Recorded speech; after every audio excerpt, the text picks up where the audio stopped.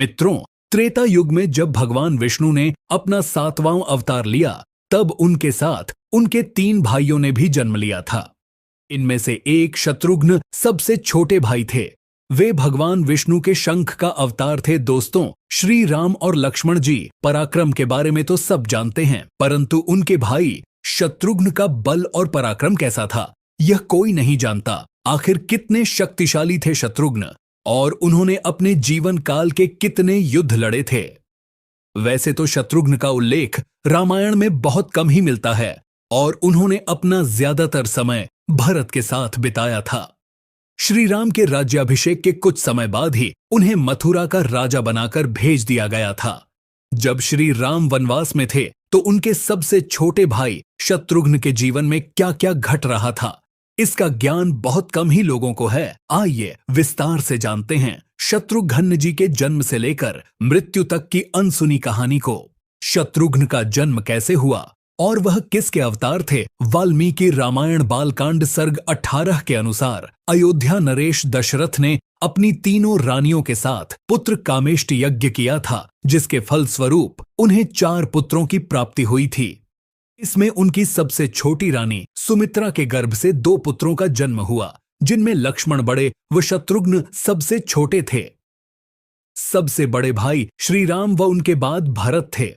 कुछ वर्षों तक अयोध्या के राजमहल में रहने के पश्चात शत्रुघ्न अपने भाइयों के साथ गुरु वशिष्ठ के आश्रम में शिक्षा ग्रहण करने चले गए थे। गुरुकुल से शिक्षा ग्रहण करने के बाद शत्रुघ्न अपने भाइयों सहित पुनः अयोध्या आ गए। तब श्री राम का मिथिला की राजकुमारी माता सीता से विवाह हो गया। इसके पश्चात शत्रुघ्न का विवाह माता सीता की चचेरी बहन व महाराज जनक के छोटे भाई कुशध्वज की छोटी पुत्री श्रुतकीर्ति के साथ हुआ। श्रुतकीर्ति से शत्रुघ्न को 2 पुत्रों की प्राप्ति हुई, जिनके नाम शत्रुघाती व सुबाहु थे। वाल्मीकि रामायण के अनुसार श्री राम, लक्ष्मण, भरत और शत्रुघ्न ये चारों भगवान विष्णु के ही अवतार थे। इन चारों का नामकरण संस्कार गुरु वशिष्ठ जी ने किया था। सभी राजकुमार परम ज्ञानी और सर्वगुण संपन्न थे, तथापि उनमें महातेजस्वी श्री रामचंद्र जी ही थे। पद्म पुराण के अनुसार शत्रुघ्न सुदर्शन चक्र के अंश से प्रकट हुए थे। गर्ग संहिता, नारद पुराण, स्कंद पुराण और आदि रामायण के अनुसार शत्रुघ्न स्वयं भगवान विष्णु के ही रूप थे। शत्रुघ्न ने दिया था मंथरा को दंड। अपने विवाह के कुछ समय पश्चात शत्रुघ्न भरत के साथ उनके नाना के राज्य कैकेय गए हुए थे। तब अचानक से अयोध्या के लिए दोनों राजकुमारों का बुलावा आया। वहां जाकर शत्रुघ्न को सब घटना का ज्ञान हुआ। उन्हें पता चला कि किस प्रकार उनके पीछे से उनकी सौतेली मां कैकेयी के द्वारा प्रपंच रचा गया, जिस कारण उनके पूजनीय भाई श्री राम को 14 वर्षों का कठोर वनवास मिला, तथा उनकी भाभी सीता व भाई लक्ष्मण भी उनके साथ वनवास में चले गए। इस दुख में उनके पिता दशरथ की भी मृत्यु हो गई। इस सब प्रपंच के पीछे उन्हें कैकेयी की प्रिय दासी मंथरा का हाथ होने का पता चला। मंथरा को कैकेयी ने बहुत सारे आभूषण तथा बहुमूल्य वस्तुएं उपहार में दी थीं, जिन्हें पहनकर वह मस्ती से अयोध्या के राजमहल में विचरण कर रही थी। जब शत्रुघ्न ने मंथरा को देखा तो वे आग बबूला हो गए। वे मंथरा को बालों से घसीटकर भरत के पास लेकर आए व उसका वध करने लगे। तब भरत ने उन्हें ऐसा करने से रोका तथा समझाया कि एक स्त्री का वध करना निंदनीय है तथा इसके लिए श्री राम उन्हें कभी क्षमा नहीं करेंगे। यह सुनकर शत्रुघ्न ने मंथरा के प्राण नहीं लिए। श्री राम के वनवास जाने के बाद शत्रुघ्न जी ने अयोध्या को कैसे संभाला? शत्रुघ्न ने भरत के साथ मिलकर अपने पिता दशरथ का अंतिम संस्कार किया व उसके बाद चित्रकूट के लिए निकल गए। वहां उनकी श्री राम से भेंट हुई, जहां उन्होंने श्री राम को वापस अयोध्या चलने का आग्रह किया, लेकिन श्री राम ने मना कर दिया। तब शत्रुघ्न भरत के साथ खाली हाथ अयोध्या लौट आए। भरत ने श्री राम की भांति 14 वर्ष वनवासी की भांति रहने का निर्णय लिया और अयोध्या के पास नंदीग्राम में कुटिया बनाकर रहने लगे। वे वहीं से अयोध्या का राजकाज संभालने लगे। उस समय अयोध्या के 2 राजकुमार वन में थे, तो एक राजकुमार नंदीग्राम में। केवल शत्रुघ्न ही अयोध्या के राजमहल में रहकर राजकीय व्यवस्था को संभाल रहे थे। इस प्रकार शत्रुघ्न ने अयोध्या के राजमहल में रहकर 14 वर्षों तक राजकाज को संभालने में सहायता की व सभी माताओं की सेवा की।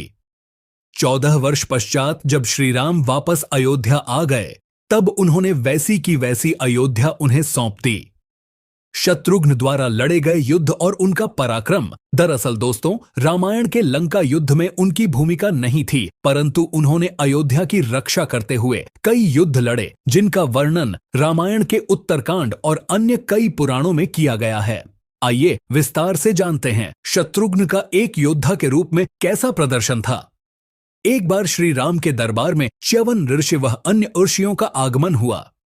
श्री राम जी ने उनका आदर सत्कार किया और उनके कार्य को पूरा करने का वचन दिया। तब ऋषियों ने श्री राम को प्राचीन काल के एक महान दैत्य मधु के बारे में बताया। मधु ने भगवान शिव की कठोर तपस्या की थी, जिसके फलस्वरूप महादेव ने उसे एक शक्तिशाली शूल प्रदान किया।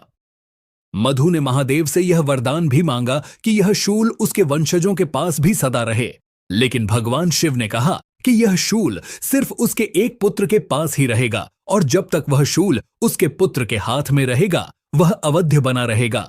आर्षियों ने बताया कि मधु का पुत्र लवण है और उसने अपने पुत्र को वह शूल सौंपकर स्वयं समुद्र में निवास करने चला गया।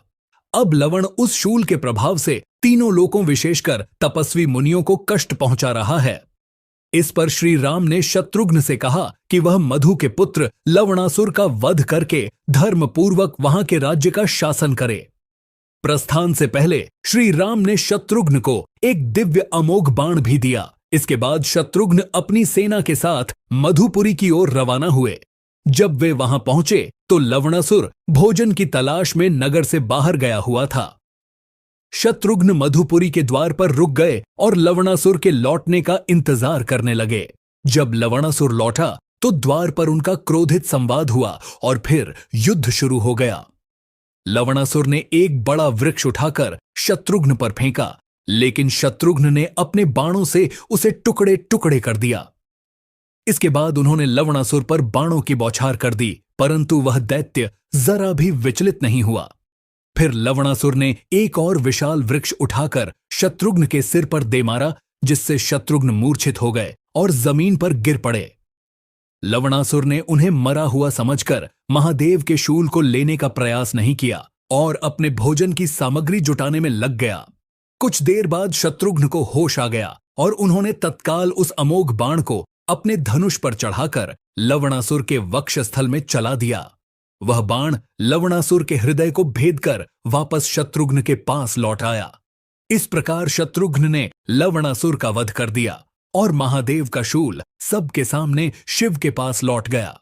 बाद में शत्रुघ्न ने देवताओं से आशीर्वाद पाकर मधुपुरी को बसाया और वहां पर शासन करने लगे।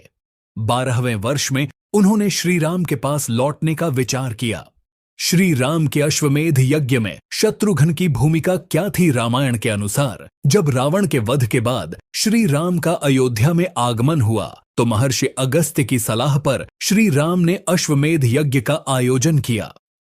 यज्ञ के लिए छोड़े गए अश्व की सुरक्षा का दायित्व श्री राम ने शत्रुघ्न को सौंपा। अश्व जब आगे बढ़ा तो कई राजाओं ने उसे पकड़ने की कोशिश की, लेकिन शत्रुघ्न के सेनापतियों ने उन्हें पराजित कर दिया। एक समय पाताल लोक के निवासी विद्युन्माली नामक राक्षस, जो तारकासुर का मझला पुत्र था, ने अपने छोटे भाई उग्रदंष्ट्र और अन्य राक्षसों के साथ मिलकर अश्व को पकड़ लिया। शत्रुघ्न के सेनापति इन राक्षसों से हार गए। तब शत्रुघ्न स्वयं युद्ध करने आए। वहां एक भीषण संग्राम हुआ। अंततः विद्युन्माली ने शत्रुघ्न पर पाशुपतास्त्र का प्रयोग किया, जिसे शत्रुघ्न ने नारायणास्त्र से शांत कर दिया। जब विद्युन्माली ने शक्तिशाली त्रिशूल उठाया तो शत्रुघ्न ने उसे बाण से उसकी भुजा और फिर मस्तक काट दिया। अपने भाई को मारा गया देख उग्रदंष्ट्र क्रोधित होकर शत्रुघ्न पर टूट पड़ा, लेकिन शत्रुघ्न ने उसका भी मस्तक काट दिया और अश्व को राक्षसों से मुक्त कर लिया। जब अश्व वीरमणि के राज्य में पहुंचा तो वहां भीषण युद्ध हुआ। इस युद्ध में हनुमान जी, वीरभद्र जी और स्वयं भगवान शिव भी शामिल हुए। वीरमणि को भगवान शिव का वरदान प्राप्त था, जिसके कारण शत्रुघ्न का भगवान शिव से प्रलयंकारी युद्ध हुआ, जो 11 दिनों तक चला। अंततः शिव जी के प्रहार से शत्रुघ्न मूर्छित हो गए। शत्रुघ्न को मूर्छित देखकर हनुमान जी स्वयं महादेव से युद्ध करने आए। अंत में अश्व को लव और कुश ने पकड़ लिया। उसे छुड़ाने के लिए शत्रुघ्न और हनुमान जी को बहुत प्रयास करना पड़ा। शत्रुघ्न ने लव को बाणों से मूर्छित कर दिया, लेकिन अंततः विजय लव और कुश की हुई। सीता जी के आशीर्वाद से शत्रुघ्न और उनके कई सैनिकों की जीवन रक्षा हो सकी। शत्रुघ्न की मृत्यु कैसे हुई? भगवान विष्णु के 7वें अवतार श्री राम जी ने पृथ्वी पर 11,000 साल का पूर्ण पवित्र शासन पूरा करने के बाद अपने सच्चे और शाश्वत महाविष्णु रूप में लौटने के लिए सरयू नदी में प्रवेश किया। उसके बाद भरत और शत्रुघ्न भी उनके पीछे नदी में चले गए और बाद में महाविष्णु में विलीन हो गए। तो दोस्तों, ये थी शत्रुघ्न की अनसुनी कहानी, जिसके बारे में हमने आपको विस्तार से बताया। होलिस्टिक चैट्स के हमारे आज के इस वीडियो में बस इतना ही आशा करते हैं हमारे द्वारा दी गई जानकारी आपको पसंद आया हो। दोस्तों, अगर आपको हमारी यह वीडियो आपको पसंद आया हो तो हमारे इस YouTube चैनल को सब्सक्राइब करें और इस वीडियो को लाइक करके अपने दोस्तों के साथ शेयर करना ना भूलें। हम मिलते हैं आपसे फिर किसी नई धार्मिक वीडियो में। इस वीडियो को अंत तक देखने के लिए आपका धन्यवाद।